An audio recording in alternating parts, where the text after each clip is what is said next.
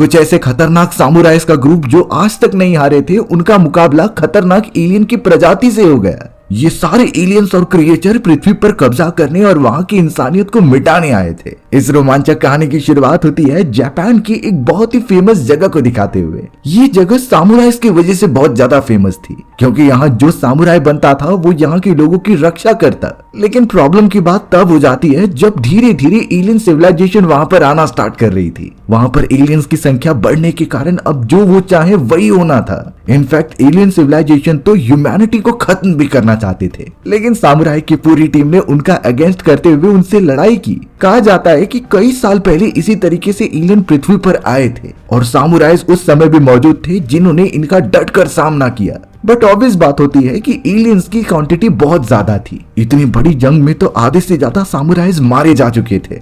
इसीलिए अब यहाँ एलियंस और इंसानों में एक समझौता हुआ। वो दोनों साथ मिलकर रहेंगे, लेकिन डोमिनेशन एलियंस का होगा। जो भी सामुराइज बचे हैं वो एलियंस पर हमला नहीं कर सकते। इन्हीं चीजों की वजह से अब धीरे धीरे एडवांसमेंट ह्यूमैनिटी का भी होने लगा। अब हमें प्रेजेंट टाइम दिखाया जाता है जहाँ सभी सामुराइज जो बचे हुए थे वो अलग अलग जगहों पर चले गए होते हैं। हमें तो सिन नाम का एक सामुराई दिखाया गया जो कि एक शॉप में आकर कैशियर का काम करने लगा था। उसने इतनी ज्यादा ट्रेनिंग ली थी, लेकिन अब सारी चीजें खत्म हो जाने के कारण उसे अपने नॉर्मल जिंदगी में आगे बढ़ना ही होगा। सिन को तो अच्छी तरीके से काम ही नहीं आ रहा था, क्योंकि वो इसमें परफेक्ट नहीं होता। शॉप का ओनर सिन को इस बात पर बहुत ज्यादा सुनाता है। अब सीन यहाँ पर कुछ ड्रिंक्स लेकर पास ही वाले टेबल पर चला गया, जो कि कुछ एलियंस ने ऑर्डर किया था। इन एलियंस का सर तो एनिमल जैसा होता है। अब उनमें से एक एलियन ने जानबूझकर शिन के पैर पर चोट मारी, जिससे कि वो नीचे गिर गया। उसका पूरा ड्रिंक दूसरे वाले एलियन पर आकर लग जाता है। इससे वो दोनों बहुत ही ज्यादा डिसअपॉइंटेड हुए। वो तो एट द एंड शिन को मारने भी वाले थे।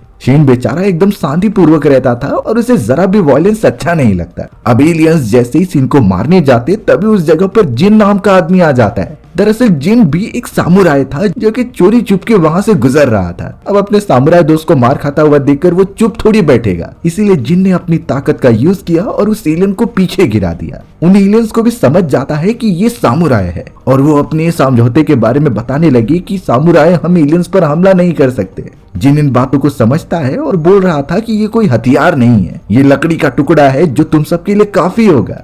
जिन तो अब सिन को ख्याल रखने के लिए बोलकर वहां से चला गया। हमें थोड़े समय बाद एक अपार्टमेंट दिखाया जाता है जिसमें सिन, जिन और कैगोरी नाम की एक लड़की रहा करती थी। ये तीनों ही सामुराइज की फैमिली से बिलोंग करते हैं जो एक साथ रहते थे और अलग अलग जगहों पर काम करते थे। इस समय सामुराइज का रहना बहुत ही ज्यादा मुश्किल हो चुका होता है, क्योंकि उनके पास कोई काम नहीं है। जो भी छोटे मोटे काम होते थे उन्हें वो करना पड़ता था। अब तीनों घर पर बैठकर टीवी शो देख रहे होते हैं जिसमें बताया जा रहा था कि एक ऐसा बीटल मौजूद है जिसकी मार्केट में काफी ज्यादा वैल्यू थी। उसे पकड़कर बेचने पर बहुत सारी मनी मिल सकती है। तो इसीलिए सिन, जिन और कैगोरी ने डिसाइड किया कि वो पास ही वाले फॉरेस्ट में जाकर इसकी तलाश करेंगे। अगर ये बीटल उन्हें मिल गया तो ज्यादा उन्हें काम करने की जरूरत नहीं। तीनों तो अब बड़े मजे से नेट्स लेकर चलने लगे थे। थोड़ी ही दूरी पर उन्हें कोंडो नाम का एक सामुराई दिखाई दिया, जो कि उनके एक ग्रुप का लीडर हुआ करता था। कोंडो पता नहीं क्यों अपने पूरे बॉडी पर हनी लगाकर एक अजीब पोज बनाकर खड़ा होता है। पास जाकर पूछने पर यह पता चला कि कोंडो भी उस रेयर बीटल को ढूंढना चाहता है और उसी बीटल को अट्रैक्ट करने के लिए उसने अपने बॉडी पर हनी लगाया है। ये उसकी अपनी ही टेक्निक है बीटल को अट्रैक्ट करने की। सिन, जिन, कैगोरी समझ गए थे कि उनका कंपटीशन बढ़ रहा है, इसीलिए उन्हें जल्द से जल्द बीटल को ढूंढना होगा। वो तीनों कोंडो को इग्नोर करते हुए वहां से आगे बढ़ जाते हैं। थोड़ा सा और आगे जाने पर उन्हें पेड़ों की टहनियों पे अजीब सा लिक्विड दिखाई दिया। ये लिक्विड सामने मौजूद एक लड़का लगा रहा था, क्योंकि वो भी बीटल को ढूंढ रहा है। अब उन्हें पता नहीं कि कंपटीशन कितना बढ़ जाएगा, इसीलिए अब तीनों काफी तेजी से चारों तरफ बीटल को ढूंढने लगे। जब वो तीनों काफी देर से ढूंढते हुए आगे बढ़ते हैं तभी उन्हें पेड़ के ऊपर एक बड़ा सा बीटल दिखाई दिया। उन दोनों ने कभी एक्सपेक्ट नहीं किया था कि उन्हें इतना बड़ा बीटल कभी मिल पाएगा। वो उसे पकड़ना चाहते थे, इसीलिए अब कैगोरा ने तुरंत ही पेड़ की टहनी पर लात मारी। वो इतनी तेजी से झटका देती है कि वो बड़ा सा बीटल नीचे गिर गया। तीनों बहुत ही तेजी से उस बीटल को पकड़ने के लिए चले जाते हैं, लेकिन बाद में पता चला कि ये तो कोई रियल बीटल नहीं है, बल्कि ये तो एक दूसरा सामुराई था जो इस टेक्निक का यूज करके बीटल को अट्रैक्ट कर रहा था। यानी ये सब एक छलावा है। उस बड़े से बीटल की बात सुनकर जितने भी लोग वहां मौजूद होते हैं सब भागते हुए चले आए। कोंडो भी अपने बॉडी पर हनी लगाकर पहुंच जाता है। इससे हमें पता चल सकता था कि वो बीटल कितना ज्यादा महंगा हो सकता है। अब जब सभी इकट्ठा हो चुके थे तो सिन और जिन सभी को जाने के लिए कहते हैं, बट अचानक उनके बीच से एक गोल्डन बीटल उड़ता हुआ आगे बढ़ रहा था। इस बीटल को देखते ही शिन, जिन और कैगोरा तुरंत ही भागने लगे। उन्हें किसी भी हालत में इस बीटल को पकड़कर मार्केट में बेचना था। कॉन्डो के साथ जितने भी लोग बीटल की तलाश में थे वो भी उस गोल्डन बीटल को पकड़ने के लिए जाने लगे। चारों तरफ एकदम से चहलकदमी होने लगती है और सभी मेन मार्केट में पहुंच गए उस बीटल को पकड़ने के लिए। वहां पर तो टे नाम की एक लेडी मौजूद थी जो कॉन्डो की बड़ी बहन होती है, लेकिन बाकियों की तरह वो एकदम शांत लेडी नहीं बल्कि एकदम एग्रेसिव थी। उसने तो कॉन्डो को मारकर दूर फेंका क्योंकि वो उसके पास आ रहा था। शिन और जिन तो लगातार उस बीटल के पीछे ही लगे हुए होते हैं। अब उस मार्केट में जब सभी लोग लगातार भागते हुए आगे बढ़ रहे थे तो उनके सामने कोटो नाम का एक सामुराई आ जाता है। कोटो के पास अपनी एक एलियन दोस्त थी जिसका नाम एलिजाबेथ होता है। वो एक बड़ी सी बर्ड थी जो बोल नहीं सकती, इसीलिए कोटो हमेशा उसके साथ रहता और उसकी देखभाल करता। अब कोटो यहाँ जिन और सिन को जानता था जो कि उनका बहुत पुराने दोस्त होते हैं। जिन और सिन के पीछे कई सारे लोग भाग रहे थे तो कोटो को लगा कि कहीं ये उसे मारने के लिए तो नहीं आ रहे, इसीलिए जब जिन सिन आगे निकल गए तो कोटो उनके सामने आ जाता है। उसने एक एक करके अब सारे पीछे भाग रहे लोगों को मारना स्टार्ट किया। कोटो के पास फाइटिंग एबिलिटी बहुत ही अच्छी तरीके से थी। उसने इन चीजों के ऊपर काफी ज्यादा प्रैक्टिस की होती है और अब एक एक करके वो सभी को एलिमिनेट करने लगा। हालांकि उन सारे लोगों में सभी को अच्छी अच्छी फाइटिंग्स आती थी और वो तो कोटो से फाइट भी करने के लिए आते हैं, पर कोटो ने एक स्टिक की मदद से ही सभी को मारना स्टार्ट किया। थोड़ी ही देर में तो कोटो ने अपनी स्पीड दिखाते हुए सभी को खत्म कर दिया था। वहाँ दूसरी तरफ सिन, जिन और कैगोरा सभी पीछे पड़े हुए थे गोल्डन बीटल के। गोल्डन बीटल मानो रुकने का नाम ही ना ले रहा हो। बट अब जिन एक ब्रिज पर जाकर खड़ा हो गया जो ठीक उस बीटल के सामने था। उसे लग रहा होता है कि वो बीटल को जल्द से जल्द पकड़ लेगा, बट अब अचानक पानी के अंदर से एक बड़ा सा फ्रॉग वाला एलियन बाहर निकला और उसने गोल्डन बीटल को अपने मुंह के अंदर दबा लिया। यानी कि अब वो एलियन फ्रॉग उस गोल्डन बीटल को लेकर पानी के अंदर चला जाता है। सभी ये चीजें देखते रह गए और अब शायद वो गोल्डन बीटल मर चुका होगा। एक तरीके से सब उदास हो जाते हैं क्योंकि उन्होंने इतनी अच्छी अपॉर्चुनिटी मिस कर दी। बेचारे उन्हें अब वापस अपने जॉब पर जाकर वही मेहनत वाला काम करना पड़ेगा। अब हमें यहाँ पर रात का समय दिखाया जाता है। कोटो तो एक ब्रिज के ऊपर से अपने घर की तरफ जा रहा था, तभी अचानक उसके पीछे एक आदमी आ जाता है। उस आदमी का नाम नीजू था जो कह रहा होता है कि मुझे कितने दिनों से एक सामुराई की तलाश थी, मेरी तलवार को उस सामुराई का ब्लड चाहिए। कोटो जैसे ही पीछे मुड़कर नीजू के हाथ में वो तलवार देखता है तो उसे कुछ अलग लगने लगा। कोटो के पास तो लकड़ी की तलवार थी, बट उसे समझ में आ गया कि ये कहीं मुझ पर हमला तो करने नहीं वाला। अगले ही मोमेंट में नीजू ने अपनी नुकीली तलवार से उसे मार दिया। यानी कि कोटो जो इतना अच्छा सामुराई था वो एक ही बार में गिरकर मारा जाता है। अगले दिन सारी चीजें एकदम नॉर्मल थी, लेकिन कोटो का वो जो एलियन पेट होता है जिसका नाम एलिजाबेथ था, उसे ये समझ में आ गया कि उसके मास्टर अब मर चुके हैं। तो इसीलिए एलिजाबेथ एकदम से डरी हुई सीधा पहुंचती है सिन और जिन के घर पर। एलिजाबेथ बहुत परेशान लग रही थी और ऑब्वियसली उसे कुछ बोलना नहीं आता तो वो उन्हें समझा भी नहीं पाती। सिन, जिन, कैगोरा सभी वहां पर मौजूद थे।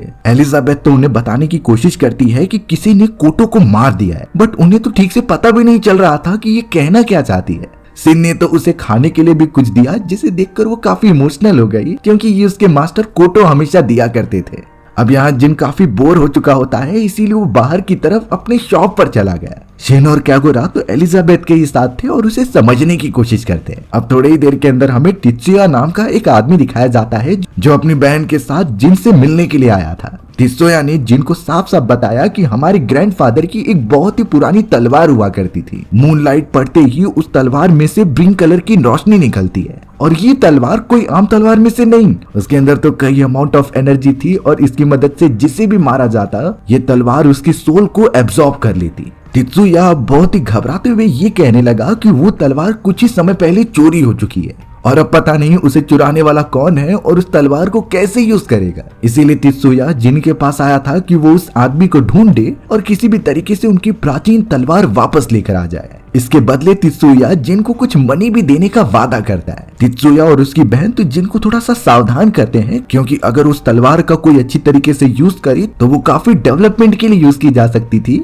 लेकिन अगर तलवार किसी गलत आदमी के हाथ में पड़ी है तो वो चारों तरफ तबाही मचा सकता है। जिन ने यह ऑफर एक्सेप्ट कर लिया था और अब वो सीधा अपने रिसर्च पर निकल जाता है। अब कुछ ही समय के अंदर हमें एलिजाबेथ दिखाई गई जो कि सिन और कैगोरा को लेकर उसी ब्रिज पर आ जाती है जहां उसके मास्टर कोटो को मारा गया था। वो तो अब एक साइन बोर्ड की मदद से समझाती है कि कोटो मर चुका है और उसे किसी स्वॉर्डमैन ने मारा था। वो तो अपने मास्टर का एक बैग भी देती है जिस पर खून का धब्बे लगे हुए थे। इस मोमेंट पर सिन को समझ में आ गया कि वो क्या बोल रहा है और अब वो बहुत ही ज्यादा पैनिक हो गया क्योंकि कोटो उसका सबसे अच्छा दोस्त था। कैगोरा भी काफी शॉक हो जाती है ये बात सुनकर। उसने तो बैग की मदद से अपने एलियन पेट जो कि एक बड़ी सी बिल्ली थी उसे सूंघकर पता करने के लिए कहा कि ये कहाँ मिलेगा। उसे सूंघकर इसके बारे में पता करने के लिए बोला, बट अफसोस इसकी सुगंध अब चली गई होती है। सिन तो अब एकदम से परेशान होकर एलिजाबेथ से पूछने लगा कि कोटो कहाँ पर है। एलिजाबेथ भले से ही एक पक्षी थी लेकिन वो एक एलियन होती है। उसे जैसे ही लगा कि उसके ऊपर खतरा आ रहा है तो उसने अपने अंदर से एक बीम को ऑन किया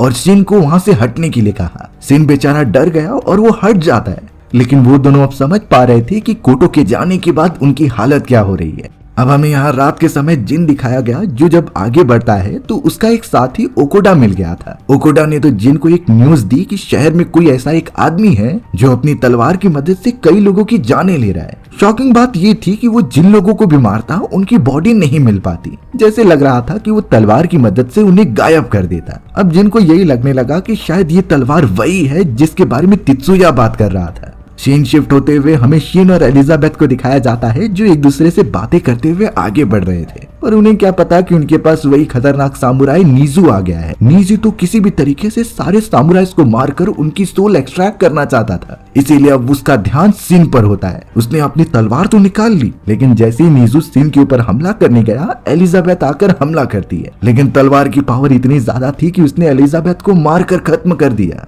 उसके ऊपर जैसे ही हमला करने के लिए वो आगे बढ़ता है तभी वहां एंट्री होती है जिन की। जिन ने नीजू के हाथ पर हमला करके वो तलवार नीचे गिरा दी थी। नीजू अब काफी खुश हो गया क्योंकि उसके पास अब दो सामुराई है, वो दोनों को साथ में मारकर उनकी सोल एक्सट्रैक्ट करेगा। तुरंत ही उसने अपनी तलवार ले ली और वो तलवार पिंक कलर की ग्लो कर रही होती है। जिन भी एक ही हमले में समझ गया कि ये उससे ज्यादा ताकतवर है। नीजू इतनी तेजी से हमला करता है कि जिन को रिएक्ट करने का टाइम ही नहीं मिला। वो तो उसे ऊंचाई से एकदम नीचे फेंक देता है ब्रिज के ऊपर, लेकिन अभी भी जिन ने हार नहीं मानी थी। उसके अंदर जितनी भी जान होती है वो पूरी छोक देता है नीजू से फाइट करने के लिए, पर ऑब्वियसली नीजू के पास अपर हैंड था वो तलवार की वजह से। नीजू ने तो अपनी तलवार की मदद से जिन के पेट में वार कर दिया, यानी कि अब उसकी जान खतरे में है। पर अचानक वहां सिन की एंट्री होती है और उसने अपनी नुकीली तलवार निकालकर उसके हाथ पर वार किया। नीजू का एक हाथ कटकर नीचे गिर जाता है। उस प्लेस पर अब ओकिटा के साथ साथ कई और सामुराइज भी आ चुके थे मदद के लिए। नीजू समझ गया कि इस कंडीशन में वो इतने सारे सामुराई से नहीं लड़ सकता, इसीलिए उसने अपनी तलवार उठाई और वहां से भाग गया। सिन और ओकिटा तो तुरंत ही जिन को उठाते हैं जिसकी हालत बहुत खराब थी।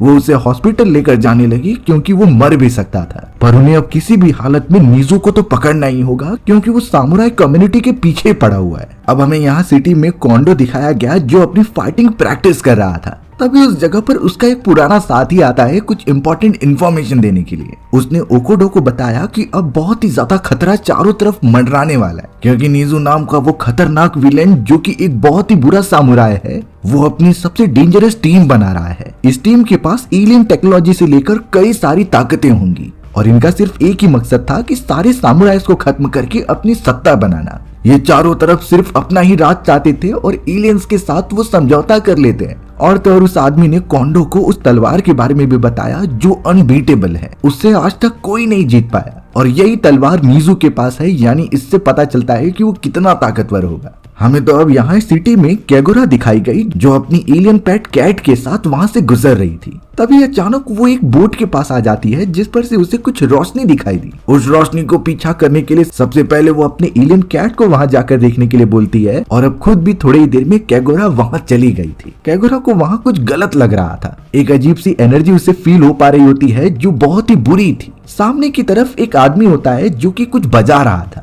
कैगोरा उसके पास तुरंत ही चली गई और अपना अम्ब्रेला पॉइंट करते हुए कहा कि तुम कौन हो और यहाँ पर इतने स्ट्रेंज वे में क्या कर रहे हो। जब वो आदमी पीछे मुड़ता है तो उसकी आंखें पिंक थी, यानी उसके अंदर कुछ तो ऐसी ताकतें हैं जो बहुत ही खतरनाक हैं। तुरंत ही अब कैगोरा के पीछे से एक लेडी ने फायरिंग करना स्टार्ट कर दिया। उसका नाम मेटाका होता है जो कि नीजू की टीम से ही बिलोंग करती थी। मेटाका के लगातार हमला करने के बावजूद भी केगोरा उससे बचती है और दूसरी तरफ जाकर उसके ऊपर भी हमला कर देती है। दोनों के बीच काफी ज्यादा घमासान लड़ाई हुई, लेकिन केगोरा उससे पंच मारकर मेटाका को दूर फेंक देती है। वहां अब कई सारे उनके सिपाही आ चुके थे जिससे कि अब उसे लड़ना था।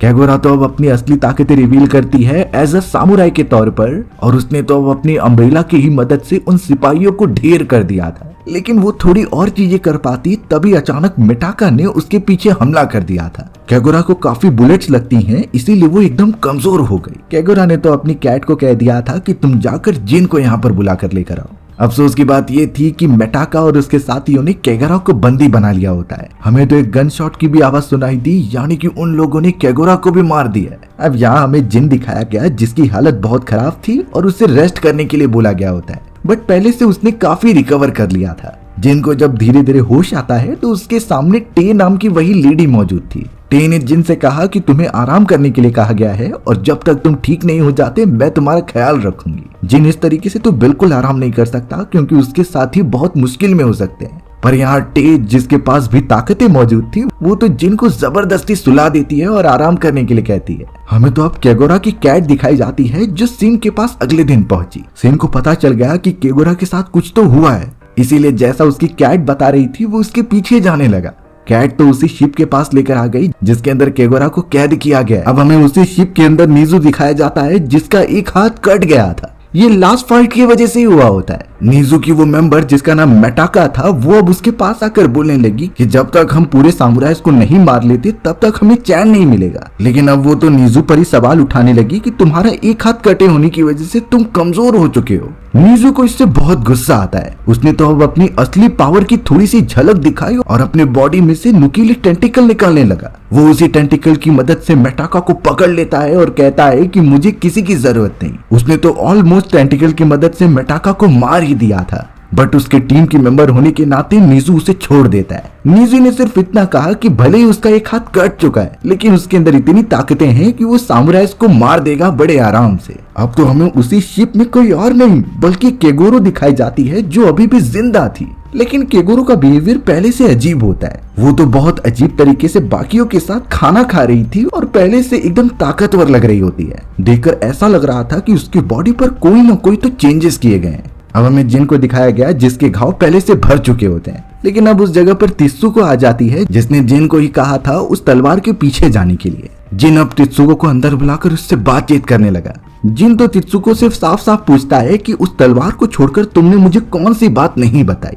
तब जाकर तित्सुको सच्चाई कहती है कि ये तलवार सिर्फ सोल एक्सट्रैक्ट नहीं करती बल्कि ये अपने होस्ट की पूरी तरीके से बॉडी का यूज करते हुए उसके सामने वाले विरोधी के पैटर्न्स को जानती है और एक पैरासाइट की तरह काम करती है। अगर इस तलवार से कोई इन्फेक्ट हो जाए तो उसका बच पाना नामुमकिन हो सकता है। जिन तो अब तित्सुको से बहुत नाराज था क्योंकि उसने ये सारी चीजें पहले नहीं बताई। इन्हीं पूरे कॉन्सिक्वेंसेस की वजह से जिनके कितने साथी मारे गए और अब शायद वो उसकी मदद करने नहीं वाला। तित्सुको तो एकदम निराश होकर बाहर चली गई क्योंकि जिन ने उसकी मदद करने से मना कर दिया था। लेकिन जिन जानता था कि जब तक वो नीजू और उसकी टीम को नहीं हराएगा तब तक सामुराई कम्युनिटी पर खतरा मंडराता रहेगा। इसीलिए अब जिन घायल होने के बावजूद भी जाता है अपने साथियों के पास। उसने तो टे को आराम करने के लिए कह दिया और चोरी चुपके वहां से निकल पड़ा। जिन अब डायरेक्टली पहुंचता है एक ओल्ड मैन के पास जो अजीब अजीब तरीके के वेपन्स बनाया करता था। जिन अब उसी ओल्ड मैन से कहने लगा कि मुझे एक ऐसा वेपन चाहिए जिससे मैं अपने दुगने ताकतवर विलेन से लड़ाई कर सकूं। जिन को भी रियलाइजेशन हो चुका था नीजू से फाइट करने के बाद कि उसे एक बहुत ही अच्छा वेपन चाहिए।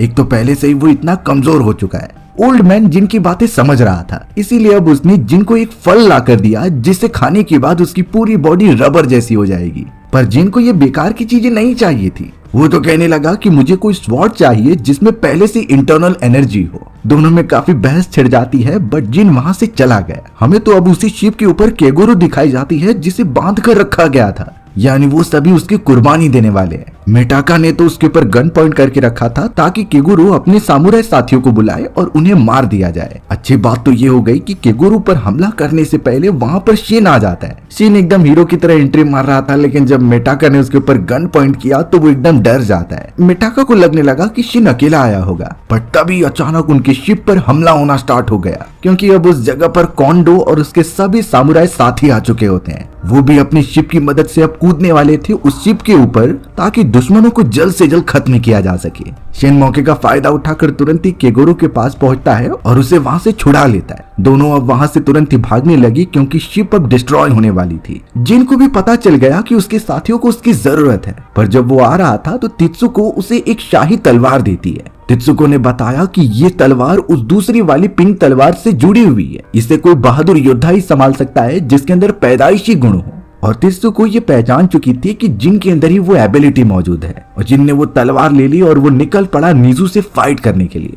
अब तो यहाँ जिन के पास वो ओल्ड मैन भी आ जाता है जो गैजेट्स बनाया करता था। उसने तो जिन को एक फ्लाइंग ऑब्जेक्ट दिया होता है जिससे वो कहीं भी उड़कर जा सकता था, तो जिन उसे लेकर अब निकल पड़ता है। हमें तो अब ओकिडा अपने एक साथी के साथ दिखाया गया जो सीधा नीजू के सामने जाकर उसे चैलेंज करता है। उन्हें पता था कि नीजू बहुत ताकतवर है, फिर भी वो अपने बुलेट से उस पर फायर करता है। नीजू ने बड़ी आसानी से अपनी तलवार की मदद से उन बुलेट्स को डिफ्लेक्ट कर दिया। यानी कि अब ये पूरा मुकाबला बराबर का होने वाला है जिसमें उन सामुराइज के जीतने के चांसेस बहुत कम है। पता नहीं वो इसे हरा भी पाएंगे कि नहीं, इसके लिए हमें नेक्स्ट पार्ट पे जाना होगा। अगर आपको नेक्स्ट पार्ट चाहिए तो कमेंट सेक्शन में बता देना। आपको अगर मेरा एक्सप्लेनेशन 1% भी अच्छा लगा होगा ना तो वीडियो को लाइक एंड चैनल को सब्सक्राइब जरूर कर देना। मिलते हैं इसी तरीके की मजेदार वीडियोस में, तब तक के लिए बाय बाय।